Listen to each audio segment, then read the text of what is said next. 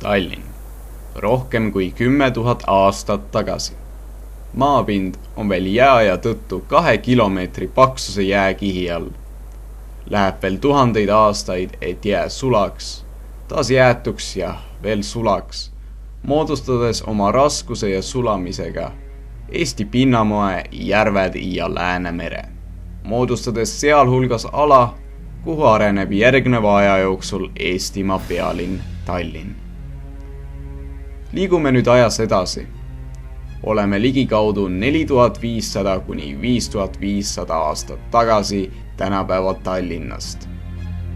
2009. aastal teostatud väljakaevamiste käigus Vabaduse väljakul leiti kiviaegse asutuse jälgi just sellest arvatavast ajavahemikust. Rändame ajas edasi Tallinna kui linna tekkeloo juurde. Praegu valitseb arvamus, et eestlased rajasid Toompeale väikese linnuse arvatavasti 10. sajandi lõpul või 11. sajandil. Esimest korda ilmus Tallinn kaardil aastal 1154.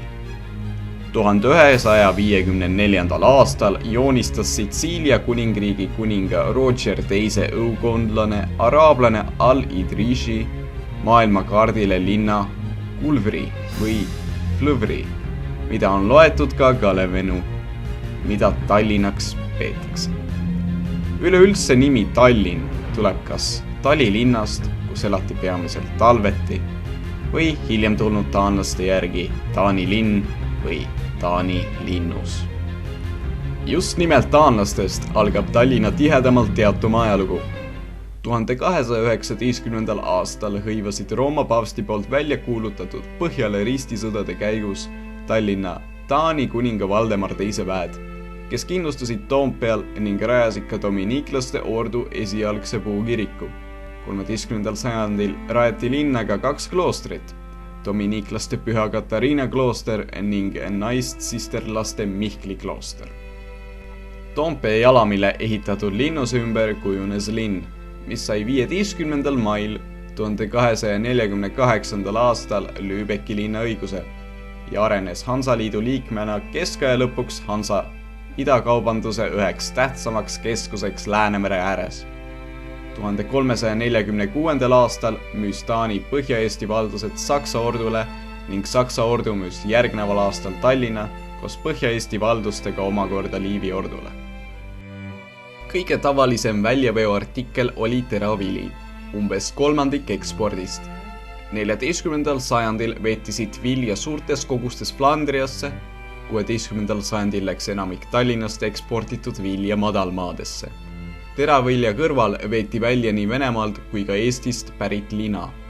Majanduslikult heal järjel linnas ehitati 1500. aastate paiku gootistiilis Oleviste kirik, mis oli koos tornikivriga pea 125 meetri kõrgune. Tallinn kujunes üheks tolle aja Põhja-Euroopa suurimaks ja võimsamaks linnaks. Just soodne asend kaubanduseks lääne ja ida vahel andis keskajal linnale jõukuse, millega ta paistis silma lähiümbruses, aga ka kaugemalegi. Keskaegses Eestis oli 9 linna, lisaks linnadele oli Eestis ka 14 alevit, kuid vaieldamatult oli võimsam sadamalinn Tallinn.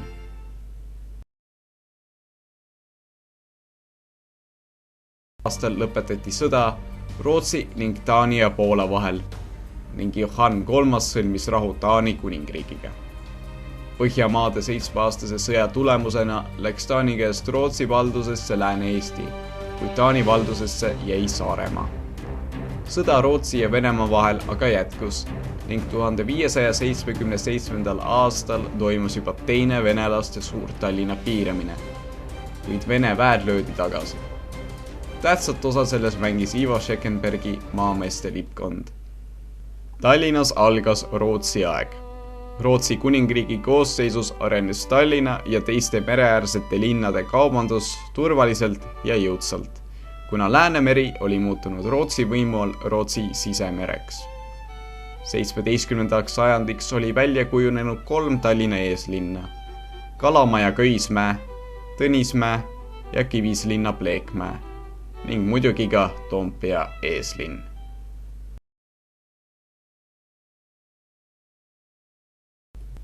Rootsi aega peetakse kuldseks Rootsi ajaks, kuid ka see ajajärg sai läbi.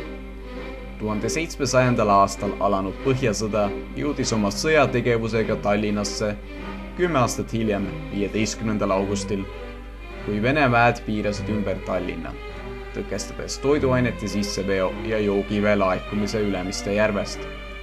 Pärast 45 päeva kestnud piiramist hukkus katku ja nälga enamik ehk 90% linna garnisoni ja linna elanikke.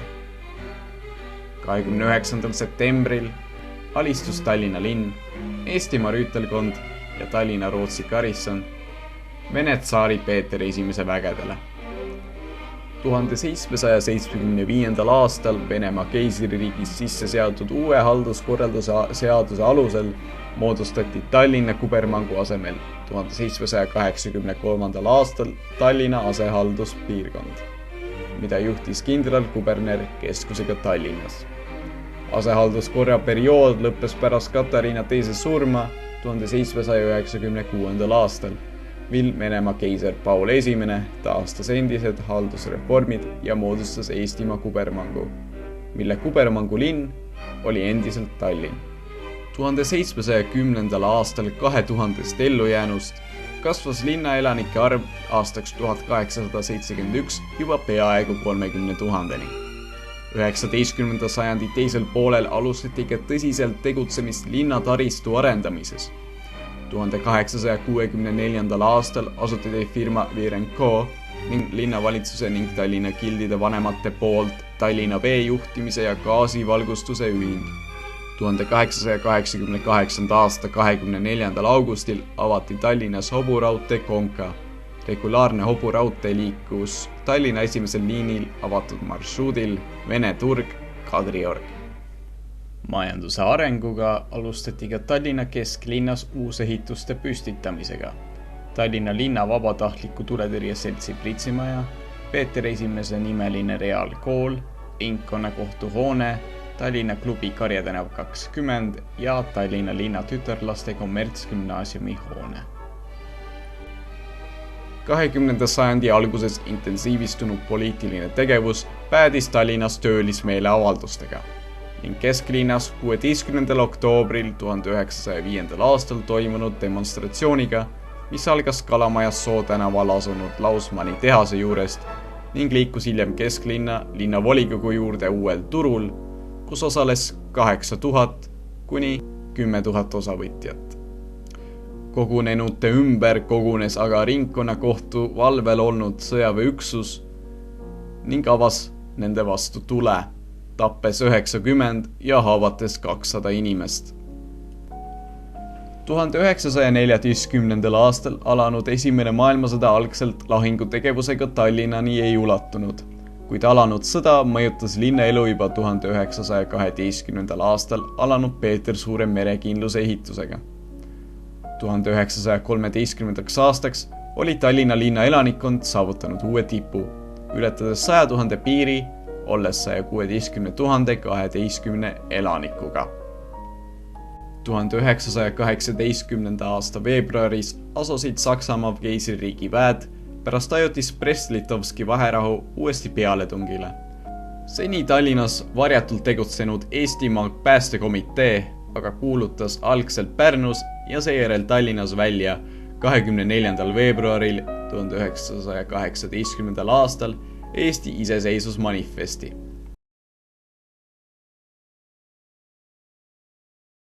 28. novembril 1918. aastal algas Eesti vabadussõda. 1919. aasta jaanuari algul oli Punaarmee vaid 40 kilomeetri kaugusel Tallinnast. Eesti väed ja Martin Erikströmi ning Hans Kalmi Soome vabatahtlike pataljon asusid 7. jaanuaril vastupealetungile ning 17. jaanuariks oli Punaarmee Narvani välja tõrjutud. 1918. aastal sai Tallinn Eesti Vabariigi pealinnaks. Järgneb üle 20 aasta vaba Tallinna ajalugu. Kui 1881. aastal oli Tallinnas veel peaaegu 44 000 elanikku, siis 1917. aastal oli juba peaaegu 160 000. Elanike arvu vähendasid umbes kolmandiku võrra esimene maailmasõda ning sellega kaasnenud sündmused. 1939. aastaks oli Tallinnas 145 000 elanikku. Võrreldes esimese maailmasõja eelse tööstusbuumiga, mille tingisid eeskätt sõjatööstuse kasv ning suur Venemaa turg, vähenes Tallinna tööstusvõimsus pärast Eesti iseseisvumist oluliselt, kasvades alles 1930. aastate lõpuks. 1940. aastal oli taaskord Punaarmee väed Eestis, seekord sundkorras sõlmitud baaside lepingu tõttu. Maailmas oli alanud teine maailmasõda ning Eestis valitses Nõukogude Liit. 1940. aastatel liideti Tallinna linnaga Nikolai von Klenni poolt välja arendatud, tookord veel eraldi linnani seisev Nõmme. Tallinna linn omandas NSV Liidule jällegi põhilise tähtsuse Balti laevastiku põhibaasina Läänemerel. Teise maailmasõja käigus 28. augustil 1941 okupeerisid Saksa väed Tallinna. Okupatsioonivõimude kehtestatud administratiivses jaotuses moodustas Tallinn omaette piirkonna, mida juhtis sakslasest piirkonna komissar. Linnavalitsuse struktuur jäi suuresti samaks, mis Eesti iseseisvusaastastel.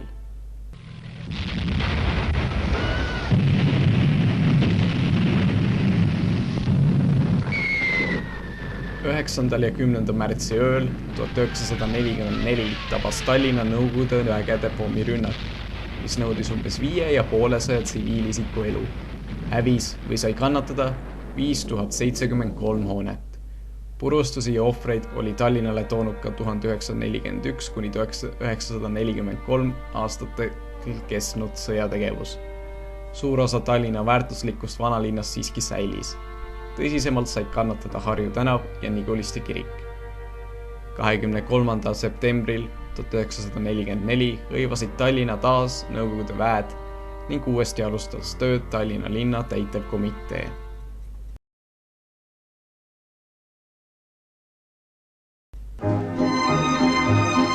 Tihti kutsume Mustamäele külalisi, et näidata, kui palju on paari aastaga ehitatud. Kuid kaugeltki kõik ei ole korras. Projekteerijad unustasid laoruumid. Elanikud risustasid oma uksealuse. Laste ilumeelele ei mõtelnud keegi. Seni kaunistas Mustamäed igaüks oma maitse järgi. Mõned seltsimehed hakkasid kasvatama sibulat, tilli ja küüslauku. Istutasid marjapõõsaid ja viljapuid. 1960. aastatel alustati elamupiirkondade ehitamisega. Need olid siis Mustjõe, Tondi ja Mustamäe piirkonnas. 1970. aastatel veel Väike Õismäel ja 1980. aastatel Lasnamäel.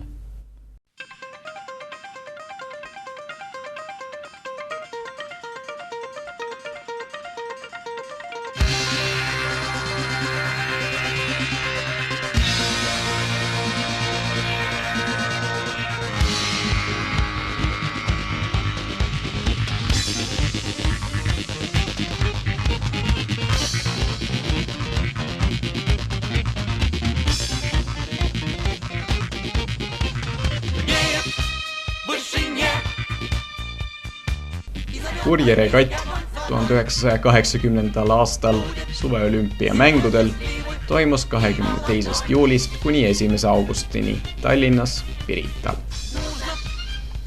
Võistlused peeti 6 paadiklassis Tallinna lahel. Regatil osales vaid 23 riiki, neist 17 oma lipu all ja ülejäänud olümpialipu all. Veel ehitati Tallinna teletorn, uus peapostkontori hoone, kaasaegne lennujaam, kesklinna 28-korruseline olümpiahotell ja vanalinna külje alla Lenini nimeline kultuuri- ja spordipalee, tänane linnahall. Mitmed elamukvartalid vanalinnas said uue ilme ja Tallinnas Narva poole väljuv maantee ehitati osaliselt 4-realiseks.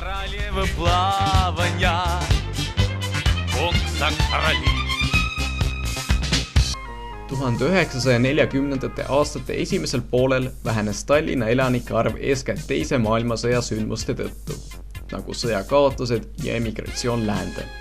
1945. aastaks oli linnaste arv 1939. aasta 145 000 langenud 127 000. Sõjajärgsetel aastakümnetel hakkas elanike arv kiiresti kasvama, suures osas tööstuse laiendamise ja ka mujalt Nõukogude Liidus saabunud võõrtööliste tõttu. 1956. aastaks oli Tallinnas 267 000 ja 1976. aastaks 408 500 elanikku. Nõukogude ajal laiendati Tallinnas oluliselt tööstust, rajati üleliidulise alluvusega masinatööstus ja elektrotehnika ettevõtteid, mille toonangus läks suur osa Nõukogude Liidu sõjatööstusele. Laienes ka tarbekaupade ja toiduainete tööstus, asutati rõivavabrikud Baltika, Marat, Clementi, plastmasstoodete tehas Norma, jalatsivabrik Kommunaar ja kommivabrik Kalev. Gorbatšovi poolt alustatud perestroika ja glasnosti poliitika andis ka Eestis endast märku. 1987. aastal toimusid Hirvepargi meeleavaldused Tallinnas. 19. septembril 1988 toimus lauluväljakul Rahvarinde suur üritus Eestimaa laul, kus oli kohal iga kolmas eestlane. 1. kuni 2. oktoobrini 1988. aastal toimus Eestimaa Rahvarinde esimene kongress. 16. novembril 1988 võeti vastu Eesti suveräänsusdeklaratsiooni vastuvõtmine. 24. veebruaril 1989. aastal heisatakse sinimustvalge lipp taas Pika Hermanni torni. 20. augustil 1991 Eesti iseseisvus taastatakse ning 28. juunil 1992. aastal võetakse vastu uus Eesti põhiseadus. Eesti taasiseseisvumine tõi kaasa olulisi muudatusi enamikes olulisemates linnaelu valdkondades. Tallinnast sai taasiseseisvunud Eesti Vabariigi pealinn. Esimestel iseseisvusaastatel vähenes Tallinna elanike arv, seda suuresti mitte-eestlaste lahkumise tõttu. Kui 1980. aastate lõpus elas Tallinnas veel 480 000 inimest, siis 1995. aastal vaid 434 800 inimest. Seejärel toimus langus. 2002. aastal elas Statistikaameti andmete kohaselt Tallinnas 377 890 inimest, kuid 2004. aastal ületas pealinna elanike arv taas 400 000 piiri. 2004. aastal oli mitu kuud järjest iive Tallinnas positiivne. Tallinna elanikest moodustavad 55,34% eestlased, venelased 36,8%, teisest rahvusgruppidest on enam esindatud veel ukrainlased 2,94% ja valgevenelased 1,58%. Tänapäeval on Tallinn tuntud Eestimaa pealinnana. Suurimaks varaks on 1997. aastal UNESCO maailmapärandi pälvinud vanalinn. Siin linnas töötab Riigikogu, paikneb eestlaste poolt armastatud lauluväljak ja palju muud.